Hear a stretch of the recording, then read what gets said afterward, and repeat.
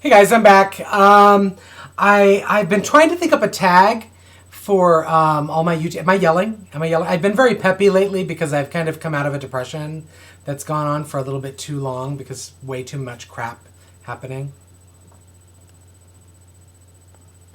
Anyway, so anyway, yesterday I'm at the library. And this woman is talking to the librarian about books that are awesome for her son. And I'm thinking, oh, I did a video on that. You know, that we did there was a time where lots of YouTubers were talking about boys books and things like that. So I gave her some suggestions, and she wanted to know like specifics, like, well, how about one for dystopian? How about one for this? How about one? And so then it occurred to me that was my tag. So there's lots of, I think I just spit.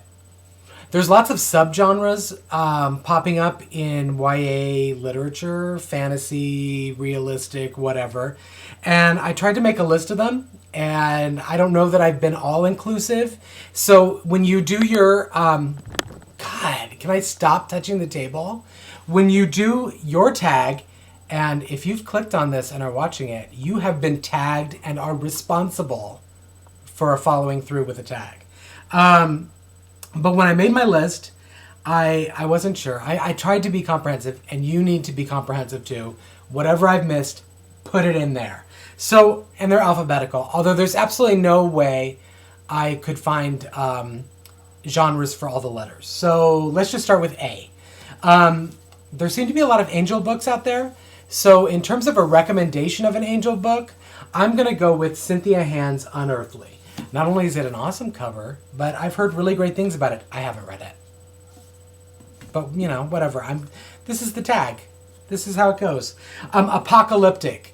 I don't have Gone with me, or I would recommend Gone for sure. So, in its place, the second book in the series, Hunger by Michael Grant. Love it. So that's my apocalyptic recommendation.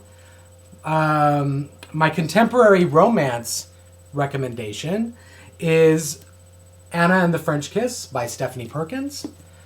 Let's see. My contemporary realism is Paper Towns by John Green. Let's see. And my dystopian, I had to go with the classic, Hunger Games by Suzanne Collins.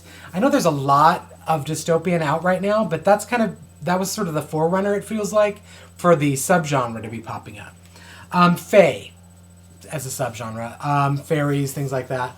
I have read Iron King, and I did enjoy it, but for me, The Replacement by Brenna Yavanoff still is at the top, I think, for the fae stuff.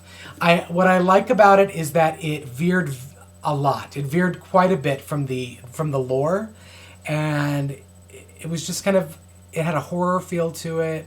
I kind of love the undead fairies and just that they're sort of zombified. Anyway, so Ghosts. I had a hard time figuring this out. I couldn't remember this, but then I found the book, and of course, The Graveyard Book by Neil Gaiman, which is basically, what is that Disney movie where the kid is raised in the jungle? Jungle Book. It's basically Jungle Book. So, and then I stopped finding out, I went through the list of all the creatures that were subgenres, and I was like, well, there's probably got to be more than that. So I decided to do a category called Other. So that's my other YA subgenre, and pirates seem to fit in there. So I put The Dust of 100 Dogs by A.S. King. So there you go. Next subgenre is sci-fi, and I'm recommending Across the Universe by Beth Rivas. So the next genre is steampunk, and for that, I've got Caitlin Kittredge's Ironthorn. I would also probably add into that Bone Shaker by Sherry Priest, because while it's been marketed to adults, it's definitely a YA crossover. So, and I can't find it anywhere. Okay, so the next subgenre is vampires, and Rochelle Mead's Vampire Academy fits that bill. The next one is werewolves, and I'm going with Andrea Kremer's Nightshade. I'm just gonna. You can make of that what you will. And for zombies, and I love me some zombies, I can tell you that right now. And there might be a few zombies in Velveteen. I'm just saying. It could happen. It has. Anyway, for zombies, my go-to recommendation for YA is Carrie Ryan's The Forest of Hands and Teeth. All around creepy, yet it has romance in there.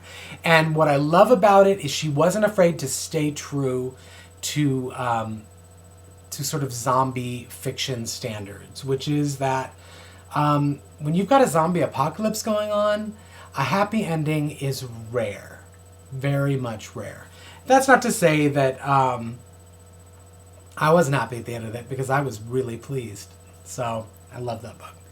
That's it. I have shaken you up this entire video. You're probably going to vomit.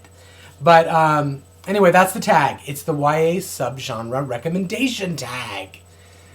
Go, do it! Or not. I mean, it's up to you. It's up to you, really. I've had a bad year.